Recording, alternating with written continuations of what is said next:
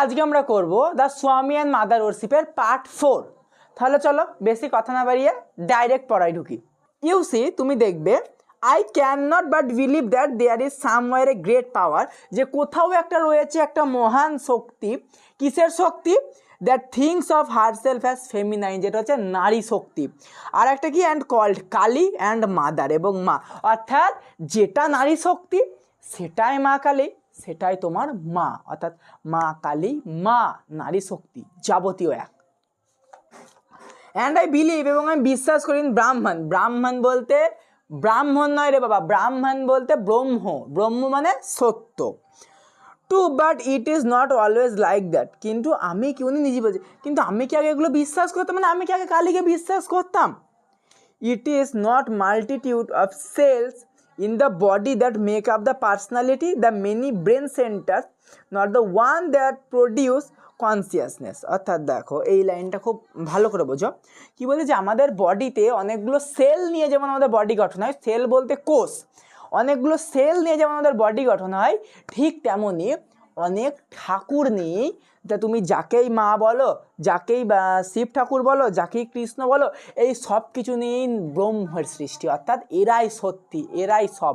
কি বলছে, যেমন আমাদের সেল নিয়ে বডি গঠন হচ্ছে, তেমন এই সব ঠাকুরকে এক জায়গায় করে তৈরি হচ্ছে ব্রহ্ম, অর্থাৎ ভগবানের নিরাকার রূপ। কিন্তু তুমি যদি দেখো, তুমি নিরাকার রূপে ভগবানকে পুজো করতে মেনলি পারবে না। এবার ভগবানের রূপ কি, তুমি যেটা ভাববে সেটাই। তুমি যদি চোখ বুজে ভাবো মা কালী, মা কালীর রূপ ভাববে। যদি চোখ বুজে মহাদেবের কথা ভাবো, মহাদেবের কথা ভাববে। তো এই যে ভগবান নিরাকার, কিন্তু তাকে যে আমরা নানান রূপে পূজা করি। ইউনিটি অফ কমপ্লেক্সিটি, কমপ্লেক্সিটি মানে হচ্ছে সবার মধ্যে এক, এই সব কিছুর মধ্যে এক, অর্থাৎ এই সব ভগবানই এক।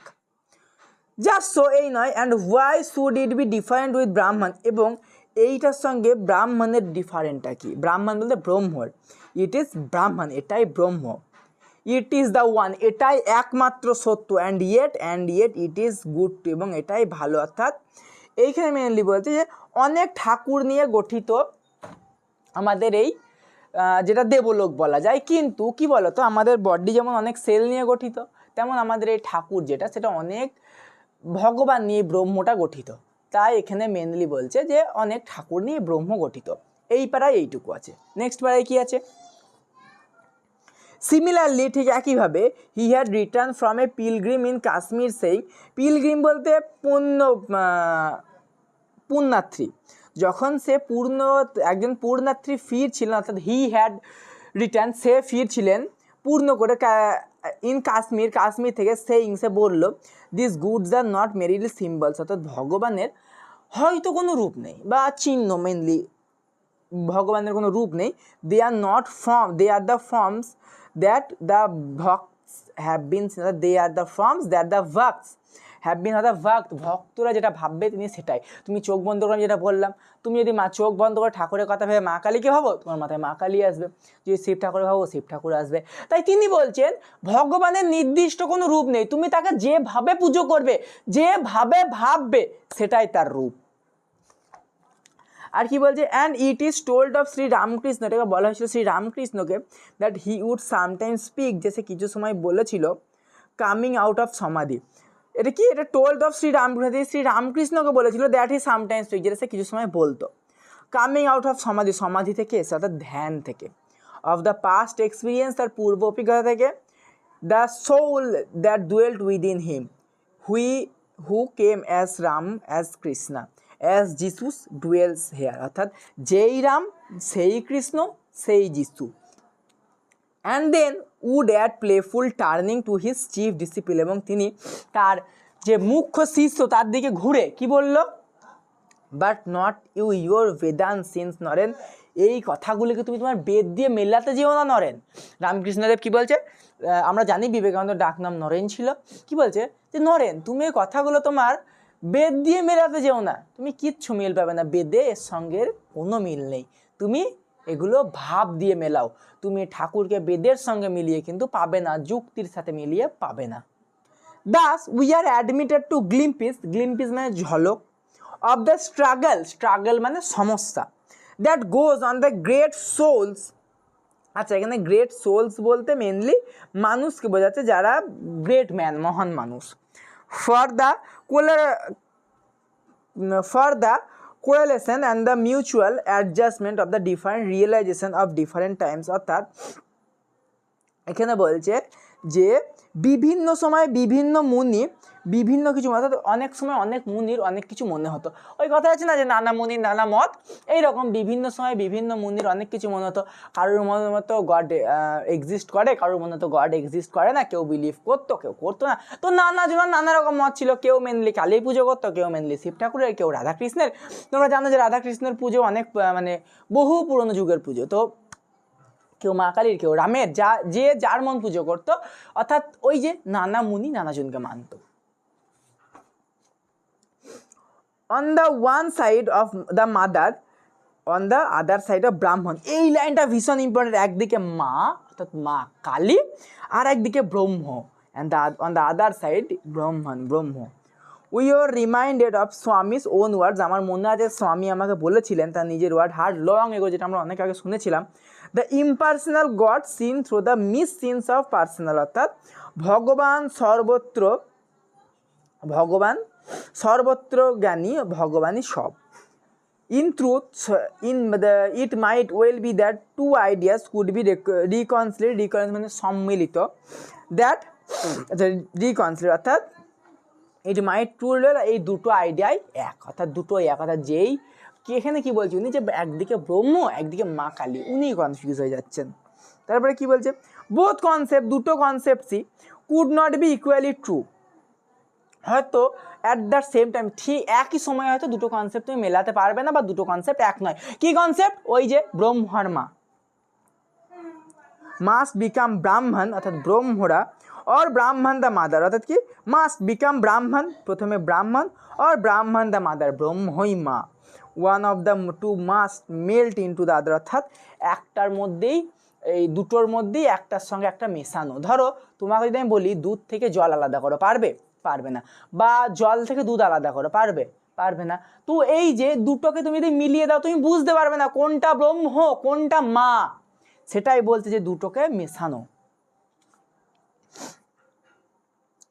The question of which in the particular case, এই কেসে মেনলি প্রশ্ন থাকে depending on the destiny and the past worships, হলো অর্থাৎ তুমি এসেছো, তোমার ডেস্টিনি কি। আচ্ছা তুমি নিজে জানো তুমি পৃথিবীতে কেন এসছো? এই যে আমাদের মনে প্রশ্ন, তুমি পৃথিবীতে কেন এসছো? সারাদিন রিল স্ক্রল করবে আর শুই থাকবে, আর মাঝে মধ্যে বাড়িতে বলে ভাল লাগছে না, এই ঘুরে আসি, এই করতে এসছো? না বাবু, সবার একটা ডেস্টিনি থাকে, সবার একটা ডেস্টিনি এক্সিস্ট করে, সবাইকে একটা নির্দিষ্ট কাজের জন্য পাঠানো হয়েছে, সবাই একটা নির্দিষ্ট কাজ, তাই বলে রিল স্ক্রল করা কাজ নয় বাবু। তো এই যে তুমি কী কাজের জন্য এসছো, এইটা তোমাকে রিয়েলাইজ করতে হবে। আমরা কেউই জানি না আমরা কী কাজের জন্য এসেছি। তারপর কি বলছে, ফর মাই ওন পার্ট, আমার নিজের ক্ষেত্রে the conversation I have related mark and apps মানে হচ্ছে যুগ, আমার এই কনভারসেশন একটা মার্ক হয়েছিল এক যুগ ধরে, অর্থাৎ বহু যুগ আগে, বহু যুগ না, যুগ আগে, এক যুগ আগে। Ever since it took place I have thought I saw in my master attitude in certain elements of who carried for another a trust confided to him. তারপর কি বলছে, he would always when asked the explain of image Kali speak of his book of experience। আচ্ছা, এই ঘটনায় বিবেকানন্দ কারোর একটা আদেশ পালন করেছেন, অর্থাৎ কি বলছে, নিজের ক্ষেত্রে I have thought I saw my master attitude certain element who carried the another trust confident to him, অর্থাৎ আমার মালিক অর্থাৎ আমার যে গুরু সে আমাকে আদেশটা দিয়ে গেছে, এই ক্ষেত্রে বিবেকানন্দ তার আদেশ পালন করেছেন। তারপরে কি বলছে, he would always when asked to explain the image of Kali, সে তাকে জিজ্ঞেস করা হয়েছিল কালীর ইমেজ কীরকম, ছবি কীরকম, speak of it is book of experience in which the soul turns page after page only the find that there is nothing on it after all। যখন তাকে বলা হলো মা কালী কেমন দেখতে, সে বইয়ের পর বই পাতার পর পাতা খুঁজলো, কিন্তু সে দেখলো এর কোনো শেষ নেই, মায়ের রূপই এমন, মা কালী তার কোনো শেষ নাই। অ্যান্ড দিস, এবং টু মাই ওন মাইন্ড, আমার নিজের মনে ইন ফাইনাল এক্সপ্লেনেশন, এটাই ছিল আমার final explanation, Kali the mother is to be worship of Indian future. কী বলছে, মা কালী হবে, ধরো অতদিন আগে তারা বলে গেছে যে মা কালী, এই লাইনটার মানে মা কালী হবে ভবিষ্যতের পূজিতা দেবী অর্থাৎ পূজিতা দেবী। তুমি দেখো এই মুহূর্তে সব জায়গায় মা কালী মা কালী, মা কালীর পুজো একটা বিরাট আকার ধারণ করেছে। তিনি সেই সময় বলে গেছিলেন যে মা কালীর পুজোই একমাত্র বেশি, মানে মা কালীর পুজোই সর্বত্র হবে। তারপরে কি বলেছে, in her name will sons find to possible to sound many experience to their depth.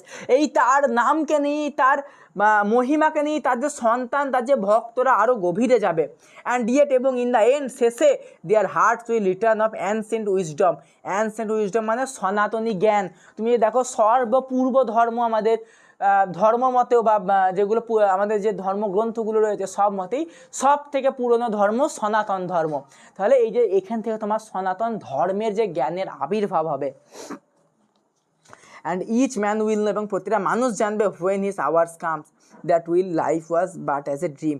যখন তুমি, অর্থাৎ যখন তোমার চলে যাওয়ার সময় আসবে তখন তুমি বুঝবে যে সবটাই স্বপ্ন। তুমি এখন মোহ মায়া, আজকে এ মেসেজ করলো না, এই তুমি ধরো তোমার জীবনে এখন কীরকম মোহ মায়া, এই মেসেজ করলো না, আমার মেসেজটা রিপ্লাই দিল না কেন, আমি এমন কিছু বললাম যে ওকে হার্ট করলো, কেন আমার মেসেজটা রিপ্লাই দিল না, এই যে এই মোহমায়াগুলো কিছু নাই, এই জিনিসটাই মোহমায়া। আবার আরেকটু যখন বড় হবে, আমার এইখান থেকে ইনকামটা হলে ভালো হতো, এই ইনকামটা আরেকটু হলে ভালো হতো, এই যে জিনিসটাই আরও ছোটোবেলায় আমার একটা ফুটবল থাকলে ভালো হতো, এই যে এইটাই হচ্ছে মোহমায়া। এই মোহমায়া ত্যাগ কখন হবে, তুমি কখন বুঝতে পারবে এটা মোহমায়া, যখন তোমার মৃত্যু সামনে থাকবে, তখন তুমি বুঝতে পারবে আমি যা করেছিলাম সবই ফেলে যাচ্ছি, আমার সবটাই ছিল মোহর বশে করা কাজ। যখন তুমি মারা যাবে, আম্বানি মারা যাবে, বা তুমি মারা যাবে, বা কোনো একটা বড় বিলিনিয়ার মারা যাবে, দুজনাই এক জায়গাতেই যাবে। কে স্বর্গে যাবে কে নরকে যাবে আমি জানি না, মরার পর মোটামুটি এক জায়গায়। হু ডাজ নট রিমেম্বার, কার মনে নাই the Veda like words of the Gita, গীতাতে বা বেদে যে কথাগুলো বলা আছে, not merely by merely avoiding action man can rise of this inaction. অর্থাৎ কি বলছে, we not similarly know for a certainly that not without going through this experience can we reach realization to the end। অর্থাৎ আমরা যখন আমরা শেষকালে যাব তখনই আমাদের রিয়েলাইজেশনটা হবে যে সব কিছুই আমরা যা করেছি এগুলো ইন অ্যাকশন, অর্থাৎ প্রতিটা কোনো কাজ আমরা করেছি, কোনো কাজ এড়িয়ে গেছি, প্রতিটাই ছিল আমাদের মোহমায়ার এক্সপিরিয়েন্স। আমরা সব কিছু অভিজ্ঞতা লাভ করব থ্রু দ্য মাদার টু ব্রাহ্মণ, মা থেকে ব্রহ্ম, অর্থাৎ মা কালী থেকে ব্রহ্ম, থ্রু নিউ লাইফ। আচ্ছা এইখানে দেখো একটা খুব ভালো জিনিস, একটা জিনিস পুরো জীবনে একটা জার্নি বুঝিয়েছে এই লাইনটাই। থ্রু দ্য মাদার, মা থেকে শুরু, মা বলতে নিজের মা থেকে শুরু, টু ব্রাহ্মণ ব্রহ্ম, থ্রু নিউ লাইফ নলেজ, আমাদের নতুন জীবনের যে জ্ঞান, অ্যান্ড মেনি চেঞ্জেস, তারপরে একটু যখন যৌবনকাল, নানা পরিবর্তন, থ্রু দ্য স্ট্রাগলস, কত সমস্যা, দ্য ভিক্টোরিজ, কত জয়, জয় বলতে কত জেতা, অ্যান্ড দ্য ডিফেটস, কত পতন, অফ দ্য ইমিডিয়েট ফিউচার, আমাদের ভবিষ্যতে, টু দ্য সেফ হেভেন, এখানে হেভেন বলতে প্লেস বা জায়গা, of the soul where all is one and all is peace. অর্থাৎ আমাদের সোল, এই এত কিছুর পরে আমাদের সবার আত্মা যেখানে যাবে, সব আত্মা এক জায়গাতেই যাবে, লাস্টে কি বলছে, অ্যান্ড অল ইজ পিস, সেইখানেই কি আমাদের আসল শান্তি, অর্থাৎ যেখানে যাবে সেখানেই কি আসল শান্তি। তারপরে দেখো,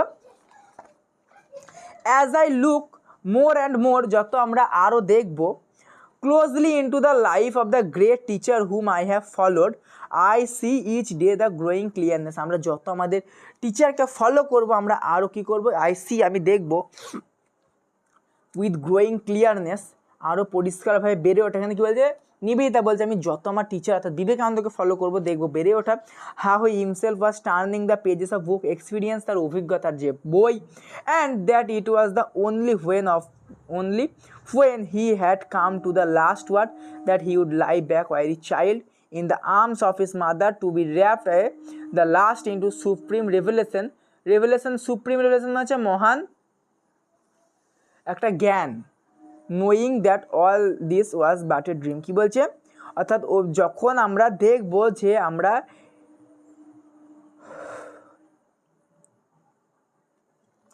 এই যে এই লাইনটার মানে খুব ভালোভাবে বোঝো, এই লাইনটা কি বলছে, যখন আমরা শেষকালে আসবো, তখন আমরা ছোটোবেলায় সবাই মাকে বলি না মায়ের কোলে শুয়ে যে তুমি আমাকে কোনদিন ছেড়ে যাবে না তোমা, এই যে তখনই আমরা মায়ের কোলে বসে, এই যে এই লাইনটা খুব ভালো করে দেখো কি বলেছে, দেখো ও back like a weary child, একটা শিশুর মতো তার মায়ের হাত ধরে in the arms of his mother, তার মায়ের র্যাপ্ট হয়ে সুপ্রিম রিভেলেশন, একটা মহান জ্ঞান লাভ করব। All this was but a dream, কিন্তু যখন আমরা এই মনে হবে এই সবটাই, কিন্তু তখন মনে হবে এই পুরোটাই ছিল স্বপ্ন, বা পুরোটা একটা স্বপ্নের মতো লাগবে।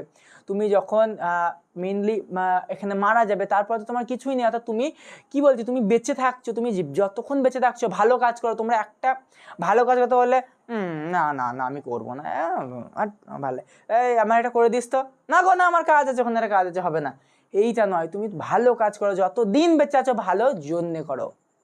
বেশ, এইটা ছিল মেনলি স্বামী অ্যান্ড মাদার ওরশিপের। এই স্বামী অ্যান্ড মাদার ওরশিপ খুব একটা কঠিন গল্প, আমি ভীষণ তাড়াতাড়ি চেষ্টা করব এই গল্পটাকে যতটা ছোটোর মধ্যে তোমাদের বুঝিয়ে দেওয়া যায় একটা বিষয়বস্তু দেওয়ার জন্যে।